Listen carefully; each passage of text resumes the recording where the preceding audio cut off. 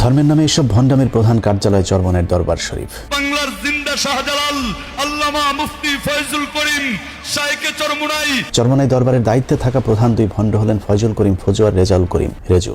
ফজু রেজু দুই ভাই জন্মগতভাবেই পীর সাহেব। তাদের বাবা ছিলেন পীর, তার দাদা পীর, তার দাদাও ছিলেন পীর সাহেব। আবার রেজু ফজুর ছেলে হবে পীর, তার ছেলে পীর, তার ছেলেও পীর সাহেব হবার ব্যাপারে মোটামুটি কনফার্ম। সব মিলিয়ে সব যেন পীরের হাট বাজার। দাদাদার রহমাতুল্লাহ হাত উপরে দিকে উঠাইয়া ডাক দিয়া বলে, গরু এদিকে আও। ডাকের সঙ্গে সঙ্গে গরু তার রশি ছিঁড়া দৌড় দিয়ে আসে দাদাদারের সামনে এসে দুনিয়ার মানুষ, তোমরা আমাদের কথা শুনলা না, গরু আমাদের কথা শুনবে। এই ব্যবসা শুরু করতে কোনো পুঁজি লাগেনি তাদের। সাপ, ব্যাং আর বাইং মাছের কেচ্ছাই তাদের ব্যবসার মূলধন। দাদাজান বলতো, ওই বাইং মাছ তোর কপাল ভালো, যদি জালের সঙ্গে তুই না ওঠো, ওদিকে টেডা নিয়ে কোফাইতে কোফাইতে আইতে যখন তোর কলিজার মধ্যে টেডা কাটা ঢুকে পড়বে, আর তখন পানির মধ্যে থাকতে পারবি। এসব কেচ্ছা কাহিনী শুনিয়ে রেজু ফজু চালিয়ে যাচ্ছে তাদের রমরমা ব্যবসা।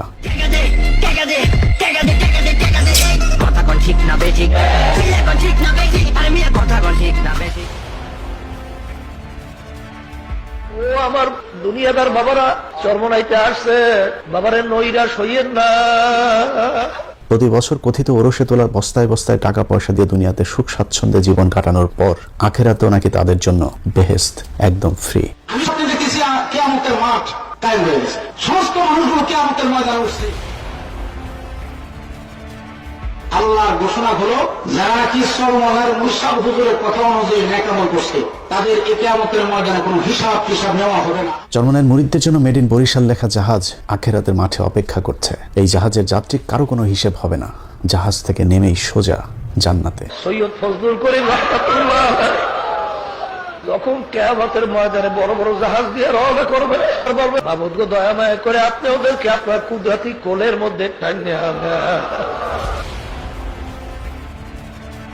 কিয়ামতের ময়দান হবে তামার ময়দান। এরকম তামার ময়দানে জাহাজ চলবে কোন কায়দায় বলেন? কোরআন সুন্নাহর কোনো জায়গায় খুঁজে পাই না যে আখিরাতে জাহাজের কোনো প্রচলন থাকবে বা জাহাজ নিয়ে বা কোনো বাহন নিয়ে কেউ উপস্থিত হতে পারবে। অতএব এই মন্তব্য সম্পূর্ণ মন গড়া, সম্পূর্ণ বানোয়াট এবং ভিত্তিহীন।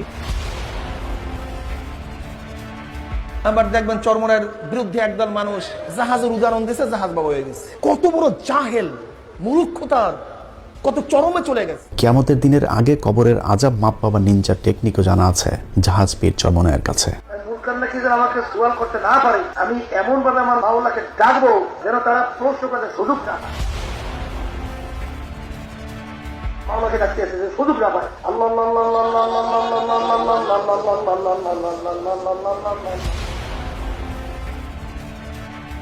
এইভাবে আবার যখন নাকি কাজ শেষ হয়ে যাবে, আবার তারা ঘুরে ঘুরে আখিরাতে ফাঁকি দেওয়ার আশায় থাকা চরমনাই ভণ্ড পীর সাহেবের দুনিয়ার জীবনও ধান্দাবাজিতে ভরপুর। মিথ্যা প্রতারণা, অন্যের বউ ভাগিয়ে নেওয়া, জমি দখল থেকে শুরু করে এমন কোনো অপরাধ নেই দুই কথিত পীর আর তার অনুসারীরা করছে না। যারা সারা ওয়ার্ল্ডের মানুষ আজকে শ্রদ্ধা করে ওই লঙ্গি পরা পীর।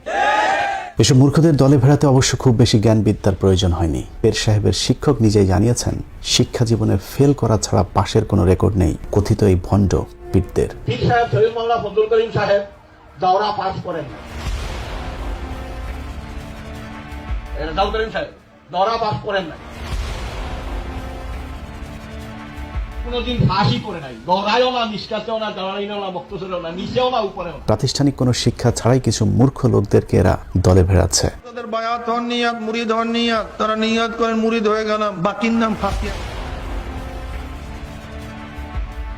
সৈয়দ মোহাম্মদ ফয়জুল করিম খলিফা শাইখুনা মুর্শিদুনা। আজকের অনুষ্ঠানে আপনাদেরকে চরমনাইয়ের কথিত পীর ও শাহেকের ভণ্ডামির কিছু হাতে নাতে প্রমাণ দেখাবো। সৌদি আরবের মতো রাষ্ট্র বাংলাদেশের মতো একজন আসামিকে রাষ্ট্রীয় মর্যাদা দান করবে, তা চিন্তা করা যায় না। চরমনাই পীর সাহেব একবার সৌদি আরবের 5 স্টার একটি হোটেলে তাওয়াল চুরি করে ধরা পড়েছিলেন। সেই ঘটনায় তিনি গ্রেফতার হয়ে জেলেও গিয়েছিলেন। তাম দুনিয়ায় অন্তত জানে বিশ্বাস সরবরাহ হুজুরে অন্তত চুরি করবে না। ক্যাপ্টেনরা বলছে যে স্বয়ং বাদশার পরিবারের কোন আসামি যে জেলখানায় থাকে, তুমি যে সুবিধা ভোগ করছো সেই সুবিধা তারা ভোগ করতে পারে না। সমস্ত মানুষের অফিসারদের আমাকে দেখার সাথে সাথে মনে হয় যেন একটা মায়া মহাব্বত সৃষ্টি হয়েছে। পরবর্তীতে তিনি ভুলক্রমে তাওয়ালটি ব্যাগে ঢুকিয়েছিলেন বলে জানালে সৌদি কোর্ট তাকে খালাস দেয়। তবে সেখানে শর্ত দেওয়া হয়েছিল ফয়জুল করিম 10 বছরের মধ্যে আর সৌদিতে যেতে পারবেন না। আল্লাহ পাক রব্বুল আলামিন ইজ্জতের সাথে আপনাদের কাছে নিয়ে আসবে, কনসে ভাবতেও পারতাম না। আমি যে দেখি সেখান থেকে চলে আসছি, ক্যাপ্টেনরা পর্যন্ত চোখের পানি ফেলায়।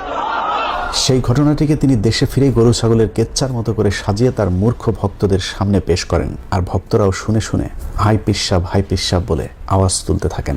ডাক্তার মন্ত্রণালয়ের মেহমান আমি ছিলাম। মদিনায় 5 স্টার হোটেলে ছিলাম, মক্কার মধ্যে 5 স্টার হোটেলে ছিলাম। আমার মধ্যে বলে হুজুর আপনার লোকে বয়াত করেন, সেখানে দিনের চাপ কি কাজ করবো? রমজান শুরু হওয়ার 9 দিনের মধ্যে 3 খতম দিয়ে ফেলেছে। অনেক সময় অনেক রাত্রে 100 টাকা পর্যন্ত নামাজ পড়তাম।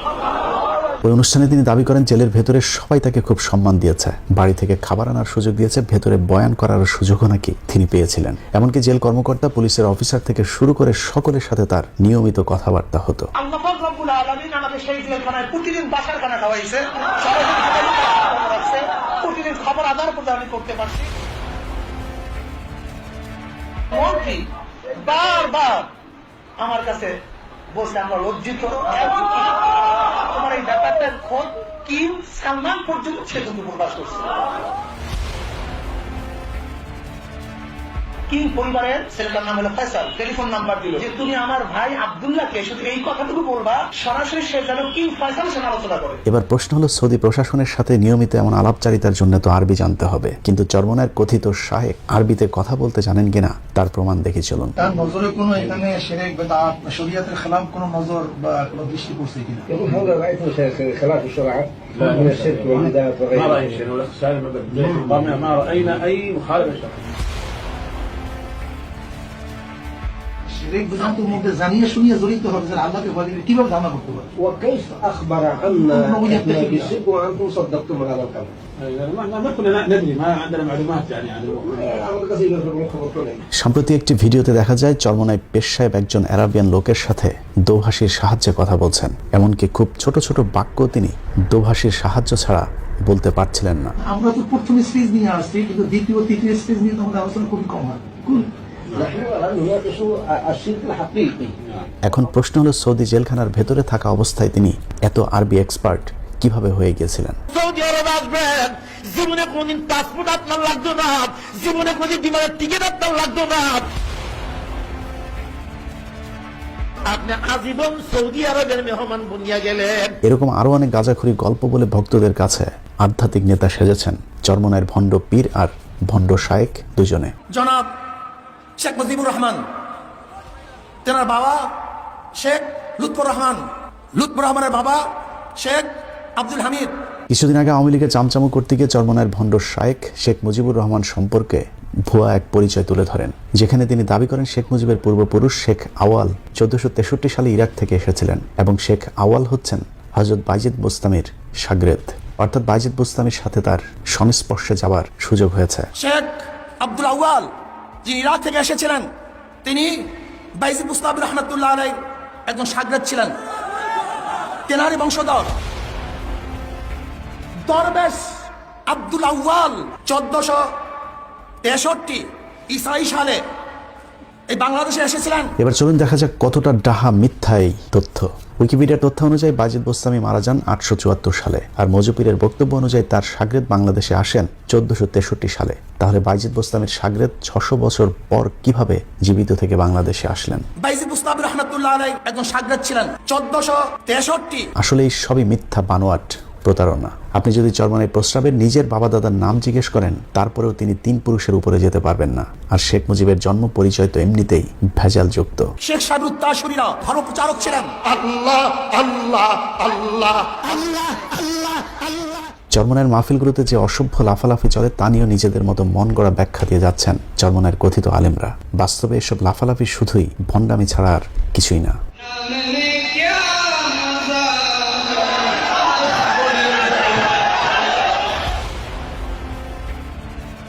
ভাই পাহাড় তো পায় না, এটা বাসে ওঠে, পাহাড় পেলে পাহাড়ে ওঠে। এভাবে কোরআন হাদিসের ভুল ব্যাখ্যা দিয়ে মানুষকে বিভ্রান্ত করে যাচ্ছে এই দুই ভণ্ডপীর, আর তার শাগরেদদের অবস্থাও একই রকম। শায়েখদের বয়ানে অনেক মানুষ গলা কাটা মুরগির মতো ছটফট করেনি। মাওলার নামের জিকির শুনলে তাদের অন্তরে একটা মোহাব্বতের ভাব চলে আসে। জাহান্নামের আযাবের ট্যান যখন ভিতরে ঢুকিয়া যায় তখন বান্দার শরীরের মধ্যে জ্বালা শুরু হয়ে যায়। চিৎকার চেঁচামেচি করে লাফালাফি করে জিকির করা যাবে? লাফায় কেন চরমনাই উজানি টের পাইছো? যিনি জিকির পরিচালনা করতেছেন ওনার ঘাড়ে ওঠা যাবে। আহাম্মক মূর্খ! ভণ্ডামি করে কোটি কোটি টাকার মালিক হয়ে ভণ্ডদের এখন ক্ষমতা লাভের স্বাদ জেগেছে। একসময় নির্বাচন হারাম ফতোয়া দেয়া এসব ভণ্ডরা এখন নারীদেরকেও ভোটের মাঠে নামিয়েছে ভোটারদেরকে আকৃষ্ট করতে। নগরীর পিতা হবার ধান্দায় বরিশালের অলিগলি চষে বেড়াচ্ছে এসব জাহাজ পীরের মুরিদেরা। ইয়া নবী আল্লাহ, এখন আমরা কি করব? আল্লাহ নবী বলতেন, যা তোরা সব শেখ হাসিনার পক্ষ। হাত পাকা পত্রিকার মেয়র প্রার্থী অন্তত চুরি করবে না, ডাকাতি করবে না। সিটি মেয়র নির্বাচন, তারা নির্বাচনে যাচ্ছে, আমরা ধিক্কার জানাই। সম্প্রতি দেশের প্রায় সব ইসলামী দল যখন শেখ হাসিনার অধীনে যে কোনো নির্বাচন বয়কটের ডাক দিয়েছে, তখন চরমনাই পীর সাহেব ভোটচোর সরকারের বৈধতা দিতে তাদের পাশে গিয়ে দাঁড়িয়েছে। মূলত চরমনায়ের কথিত পীর ও শায়েক দুটি সরকারের বরিশাল প্রতিনিধি। এদের কাজ শুধুই মানুষকে বিভ্রান্ত করা, আর যারা কোরআনের আসল ব্যাখ্যা বিশ্লেষণ করে তাদের বিরুদ্ধে ফতোয়া দেয়া। কিছু ইংলিশ ফিংলিশ পড়িয়া, বাংলা টাংলা পড়িয়া বাস ফতুয়া দেওয়া শুরু করছে। সাহেল গন্ডমূর্খ। জাকির নায়ক সাহেব তো একজন গবেষক মানুষ, ভালো কথা বললেই তোমরা বলবে হিংসা করে না। আল্লাহর কসম করে বলি, কারোর সাথে আমাদের হিংসা নাই। কোন বক্তাদের বয়ান শুনবেন তাও চিন্তা করেন। বর্তমান পৃথিবীর সর্বশ্রেষ্ঠ আলেম ডক্টর জাকির নায়কের বিরুদ্ধেও এই চরমনায়ের ভণ্ডরাই বিভ্রান্তি ছড়ায়। জাকির নায়ক সাহেব কাজ বাদ দিয়া ওয়াকাজের মধ্যে যখন লিপ্ত হয়ে গেছে, তখন ধিক্কারে পাত্র হয়ে গেছে। ডক্টর জাকির নায়কের বিরুদ্ধে তাদের এই ফতোয়াবাজির কারণ একটাই, তা হলো তাদের বেদাতি ব্যবসায় ঘাটতি। স্বার্থের প্রশ্নে এরা নিজের ভাইকেও ছাড় দেয় না। ক্ষমতা দেখিয়ে নিজের অন্য ভাইদের জমি দখল করে নিয়েছে রেজু ফজু দুই পীর সাহেব। ৩৩ জনের বিরুদ্ধে মামলা ও চরমনাই পীর সাহেবের বিরুদ্ধে সম্পত্তি আত্মসাতের মামলা শিরোনামে সংবাদ প্রকাশিত হয়েছে, যা আমাদের দৃষ্টিগোচর হয়েছে। যদি পেয়েও থাকে, সেই জায়গা পাওয়া নেওয়া দেওয়ার জায়গা তো প্রিন্ট মিডিয়া না, সোশ্যাল মিডিয়া না। যাদেরকে গরু, ছাগল, কুকুর, বাঘ আর জাহাজের গল্প শুনিয়ে বস্তা ভর্তি টাকা কামানো হচ্ছে, তাদের বিপদেও কখনোই কাজে আসে না সারাক্ষণ দান খয়রাতের কথা বলে মানুষের পকেট কর্তনকারী পীর সাহেবেরা। চরমনাইতে আসছে, বাবারে নৈরাশ হইয়েন না। গত বছর একটা রিপোর্টে দেখলাম এক মাহফিলে তার 3 কোটি টাকা কালেকশন হয়েছে। হয় না? এত কোটি টাকা কই যায়? মার্কেট করে। আমি কয়েকদিন আগে রাজনীতি সামনাসামনি কথা বলছি, ভাই আমি সেটা করতে পারি না, আমাকে সহযোগিতা দিয়ে 1 টাকাও দেয় না আপনারে, বেজাল করি। নিজের আপন ব্যয়ের সাথে প্রতারণা করেছে চরমনায়ের প্রস্রাব ফয়জুল করিম ফজু পীর। আপনার মেহমান কতজন আসবে সেটা বলেন, আপনি দাওয়াত দেবেন, তবে আপনার যতজন খুশি ততজন দাওয়াত দিতে পারেন। একটা জিনিস মনে রাখেন, আমি থাকি আমেরিকাতে, আমি পার্টি দিয়ে করব। কিছুদিন আগে বেশ ভাইরাল হওয়া একটি ছবিতে দেখা গিয়েছিল বিএনপি আওয়ামী লীগের কেন্দ্রীয় সব নেতাদের সাথে চরমনাই নেতাদের একটি গেট টুগেদার। মূল ব্যাপারটা হলো যে যখনই ফাঁদে পড়ে তখন সে অন্য কাউর থেকে উত্তরণের চেষ্টা করে। চরমনায়ের কথিত শাহেক ফজুর ব্যয়ের অভিযোগ, নিজের টাকা বাঁচাতে কৌশলে ব্যয়ের ঘাড়ে চাপিয়ে দিয়েছিলেন সেই অনুষ্ঠানের খরচের বোঝা, আর ফায়দা লুটেছেন ভণ্ডপীর ফয়জুল করিম। সবচেয়ে খারাপ লাগছে সেটা হলো সম্পূর্ণ পয়সা করে আমি দিছি, কিন্তু নামটা হয়েছে আমার বেআইন, যে সে এই প্রোগ্রামটা করছে। এভাবেই সারা দেশের মানুষের সাথে প্রতারণা করে যাচ্ছে চরমনায়ের দুই ভণ্ড। চরমনাই বাৎসরিক মাহফিল বিনা ওজরে কামাই দিয়েন না। চরমনাইর কোনটা লুবি বেশি, টাকা নগদে নিতে চায়, ওনাদের মাঠে বসে এমন বয়ান দেয়, বয়ানের চড়ে আপনি কাপড় চোপড় খুলে আপনি ওনাদেরকে দিয়ে দেবেন। চরমনাইয়ের বিশ্বাস হুজুর যে ভাওতাবাজি শুরু করছে কয়দিন ধরে, বাপ দাদারা পীর ছিল, সেখান থেকে তারা খেলামত পেয়ে পীর হয়ে এসেছে। এই যে ভণ্ডামি, জাহেল, জ্ঞানের স্বল্পতা, আমাদের মধ্যে মূর্খতা অনেক বেশি। গুরু ঠাকুর বলছে পর্দা লাগে না, এটাই সঠিক। সারা দেশব্যাপী মানুষ যদি কয় লাগবে, হবে না। আমার গুরু ঠাকুর যা কইছে তাই। যারা বলে জিকিরে লাফায় বাস বায়, এই কথার ধরনেই বোঝা যায় সে উম্মতের সংশোধনের জন্য বলে না, সে বলে হাসাদ হিংসা থেকে। চরমনায়ের সমর্থিত ভণ্ডদের মধ্যে অন্যতম হলেন হাফিজুর রহমান কুয়াকাটা ও তার ভাই হাবিবুর রহমান মেজবা। দুজনেই নিজের মুরিদের বউভাগী আলোচনায় এসেছিলেন। এখনো নাকি বোরকা পরা মেয়েদের দেখলেই তাদের যৌবনে ঝাঁকি দেয়। একটা মেয়ে কলেজে যাচ্ছে বোরকা পরা, হাত মোজা, পাও মোজা সব লাগানো, এরপরও কি আকর্ষণ যুবকের হয় কি হয় না? আমার হয়, তোর হয় না? এত কিছুর পরেও তাদের বিরুদ্ধে কোনো ব্যবস্থা নেয় না সরকার। উল্টো তাদেরকে দিয়ে আগামী নির্বাচনে শেখ হাসিনা আরেকটি পাতানো নির্বাচনের ধান্দা করছে। এই আমানত যে রক্ষা করতে পারবে তার কাছে আমরা যেন আমানত রাখতে পারি। আমাদের শেখ চরমনাই আমাদের নগর পিতা হিসাবে আল্লাহ কবুল করেন। সে নির্বাচনে 300 আসনে প্রার্থী দেওয়ার পরিকল্পনা রয়েছে চরমনাইয়ের। চরমনাইয়ের কথিত শাহেক বিভিন্ন সময় ভারতের বিরুদ্ধে জ্বালাময়ী ভাষণ দেয়, তারপরেও তাদের বিরুদ্ধে কোনো ব্যবস্থা হয় না, কারণ ভারতীয় গোয়েন্দাদের সাথেও তাদের সম্পর্কটা অনেক পুরাতন, যে কারণে তাদেরকে কখনোই জেল, জুলুম কিংবা নির্যাতন সহ্য করতে হয় না। সবাই জেলে, আমি জেলে না কেন? তাদের প্রশ্নই হলো আমি জেলে না কেন? দলিল কি? একদিকে সরকার, অন্যদিকে ভারতীয় গোয়েন্দা সংস্থার সাথে মিলেমিশে তারা তাদের পরিধি দিনকে দিন বাড়িয়ে চলেছে। তাদের সহায়তায় সরকারি জায়গা দখল করে মসজিদ, মাদ্রাসা বানিয়ে চরমনাইপন্থী মানুষের সংখ্যা বাড়ানোর চেষ্টা করছে চরমনাই পীর সাহেবেরা। এসব মসজিদ, মাদ্রাসাগুলোতে ছোট ছোট বাচ্চাদের ব্রেন ওয়াশ করে কোরআন হাদিসের ভ্রান্ত ধারণা শিক্ষা দেওয়া হচ্ছে। এসবের মাধ্যমে শিরক বেদাতের পথে ঠেলে দিচ্ছে দরিদ্র ছোট ছোট এসব শিক্ষার্থীদের। তবে একটু আমরা দেখি পীর সাহেব কি বলে। পৃষ্ঠা নাম্বার 35 কি লিখছেন দেখেন। কামেল পীরের আদেশ পাইলে নাপাক শারাব দ্বারা যাই নামাজ রাঙিয়ে তাহাতে নামাজ পড়ো।